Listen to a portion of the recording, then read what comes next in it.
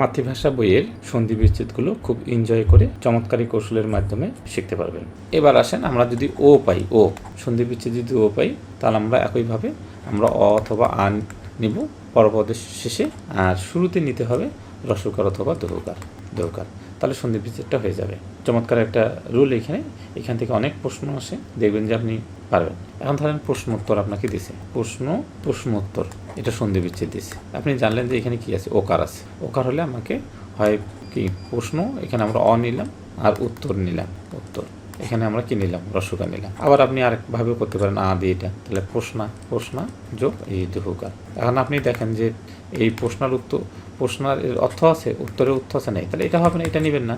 তাহলে প্রশ্ন যোগ উত্তর এটা জাস্ট আপনার মনে রাখতো, ওকার যদি থাকে অথবা আ করবো অথবা রস্বকার অথবা দহকার করবো, তাহলে সন্ধি বিচ্ছেদটা হয়ে যাবে। আর মাতৃভাষা বই প্রচুর পরিমাণ প্র্যাকটিস দেওয়া আছে, আপনি এগুলো দেখেন এখান থেকে, তাহলে আপনি বুঝবেন। এবার দেখেন আপনাকে একন দিস, এর সন্ধি বিচ্ছেদ। আপনি তো একন দেখে তো যে এটা কী হবে, কিছু না, আপনাকে কী করতে হবে, অ অথবা আ নিতে হতে পারে অথবা রস্বকার অথবা দহকার নিতে হতে পারে। আর এখন প্রশ্ন হচ্ছে আপনি একন শব্দের অর্থ জানেন না, তাহলে দেখেন সন্ধি বিচ্ছেদটা করেন আগে, করার পরে আপনি অর্থ জানতে হবে। যে দেখেন, তাহলে একন, তাহলে আমরা জানি, তাহলে এ আর ক অথবা এ যোগ কা। আমরা যদি অ দিয়ে করি তাহলে এ আর ক হচ্ছে, আর যদি আকার দিয়ে করি এ যোগ একা। আর কি হবে, উনো। যদি আমরা রস্ব দিয়ে করি তাহলে উনো হবে, আর যদি আমরা দহকার দিয়ে করি তাহলে এটা হবে। এখন দেখেন, একন শব্দের অর্থ কি? একন শব্দের অর্থ হচ্ছে এক কম এমন, এক থেকে কম এমনকে বলা হয় একন। তাহলে যে আপনি দেখেন অনু শব্দের অর্থ, তাহলে আমাদের অনু শব্দের অর্থ কিন্তু এই উনো শব্দের অর্থ, এই অনু শব্দের অর্থ হচ্ছে কম, আর এক থেকে কম, তাহলে এইটা, তাহলে আমরা রস্বকার নিই, তাহলে এইটা হবে অর্থ, এইটা তাহলে এইটার অর্থ নেই, রস্বকার অর্থ নেই, দহকার অর্থ আছে। দেখুন অনু শব্দের অর্থ হচ্ছে কম, আর এক শব্দের অর্থ এক থেকে কম, যেটা হচ্ছে এখন। এখন আপনি যদি না বুঝেন যে এক থেকে কমকে একন বলা হয়, তাহলে আপনি কিন্তু তখন এইটাই আপনার মনে হবে যে কি এক যোগ উন এখন।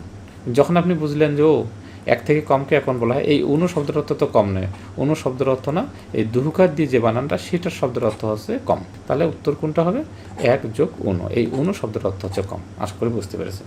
আরেকটা সন্ধি বিচ্ছেদ খুবই আসে, নবরা, খুবই পরীক্ষায় আসে, মুখস্থ হয়তো অনেকে কোশ্চেন, অনেকে জানা আছে। দেখেন, তাহলে আমরা দেখি নব যোগ উরা, এটার অর্থ আচ্ছা, এই দুইটার অর্থ রয়েছে, আর নবা এবং উরা এটা দিয়ে হবে না। এখন দেখেন, তাহলে এটা কেন হচ্ছে না, আমি অর্থ জানি বিধায় আমি বলতে পারতেছি যে এটা সন্ধি বিচ্ছেদ হবে না, এটা হবে। কারণ আপনি যদি আমি বলে দিচ্ছি, আপনি শুনে নেন, তাহলে আপনারও ভালো লাগবে, আর মুখস্থ করতে হবে না। নবরা শব্দের অর্থ হচ্ছে নতুন বিবাহিতা স্ত্রী, নতুন বিবাহিতা স্ত্রীকে বলা হয় নবরা। তাহলে নব শব্দের অর্থ কি, নতুন। আর এখন বলেন উরা শব্দের অর্থ কী হবে, উরা শব্দের অর্থ বিবাহিতা স্ত্রী। তাহলে দেখেন সন্ধি বিচ্ছেদটা এখন আমার কাছে সহজ হয়ে গেল না? কেন সহজ হলো, আমি অর্থ জানি, নবরা শব্দের অর্থ নতুন বিবাহিতা স্ত্রী। তাহলে নতুনের জায়গায় আমরা নব লিখলাম, কারণ নতুনের সংস্কৃত নাম কি নব, আর বিবাহিতা স্ত্রীর জায়গায় আমি উরা লিখলাম। এখন উরা হবে না এই উরা হবে, তাহলে আমাকে জানতে হবে যে এই উরা শব্দের অর্থ আছে। এখন কখনো যদি আসে বিবাহিতা স্ত্রীর এর সমার্থক শব্দ কি, তাহলে উরা হবে, ঠিক না? বা বিবাহিতা স্ত্রীর এর অপর নাম কি, উরা। বা নবরা এর অর্থ কি, নতুন বিবাহিতা স্ত্রী। তাহলে এই যে নবরা সন্ধি বিচ্ছেদ এত আসে পরীক্ষায়, অথচ মুখস্থ করে পড়ার কারণে, আমরা এর অর্থ না জানার কারণে আমার পড়াশোনাটা ভালোই লাগে না। এরকম অসংখ্য উদাহরণ আমি দিতে পারি, কিন্তু আপনি জাস্ট কয়েকটা আমি শিখিয়ে দিচ্ছি। আর মাতৃভাষা বইয়ে এগুলো রয়েছে 112 নম্বর পৃষ্ঠায়, অসংখ্য এরকম সন্ধি বিচ্ছেদ রয়েছে, সেগুলো আপনাকে ওইখান থেকে দেখে নিতে হবে। আমি যতটুকু পারতেছি বলে দিচ্ছি ব্যাখ্যা সহকারে, হ্যাঁ। আর তাহলে তো অনেক সময় লাগবে, লেকচারটা অনেক বড় হয়ে যাবে। অবশ্যই আপনাকে মাতৃভাষা বইটি সংগ্রহ করে নিতে হবে এবং সেখান থেকে পড়বেন। প্রত্যেকটারে বাংলার অর্থ ধরে ধরে আমি যেভাবে বাংলা করে দিয়েছি সেভাবে অর্থ সেখানে দেওয়া রয়েছে। যদি এটার আমরা জানি, তাহলে এটারও সন্ধি বিচ্ছেদ করতে পারবো। এখন বিংশতি, এখন বিংশতি মানে কি, অনেকেই বলতে পারবেন এখন বিংশতি মানে, এখন বিংশতি মানে হচ্ছে 19। এখন 19 কীভাবে হবে দেখেন, এখন আমরা লিখলাম, এখন মানে কি এক থেকে কম, তাহলে বিংশতি, তাহলে বিংশতি লিখলাম। তাহলে দেখেন বিংশতি মানে কি 20, আর এখন মানে কি এক থেকে কম, এখান থেকে -1 করেন, তাহলে সমান সমান কত, 19 হচ্ছে না?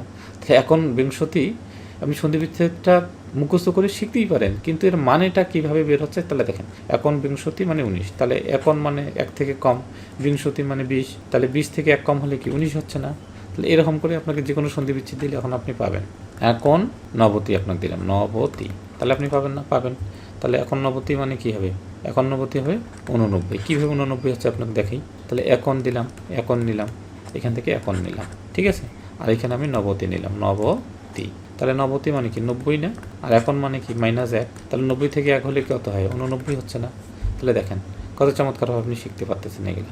আরেকটা দেই, এখন সতী, এখন সতী বা শত দিলে এখন শত, তাহলে কী হবে? এখন শত মানে কিন্তু 99। কীভাবে 99 হবে? আপনাকে আমি এখানে এখন নিয়ে নিলাম, আগে এখন নিলাম, আর এখানে আমি শত লিখলাম, শত। তো শত মানে কি? শত মানে তো 100। আর এখন মানে কি? এখন মানে হচ্ছে 1। তাহলে এখান থেকে 100 থেকে যদি 1 কম হয় তাহলে কত? 99 হবে না? তাহলে হয়ে গেল।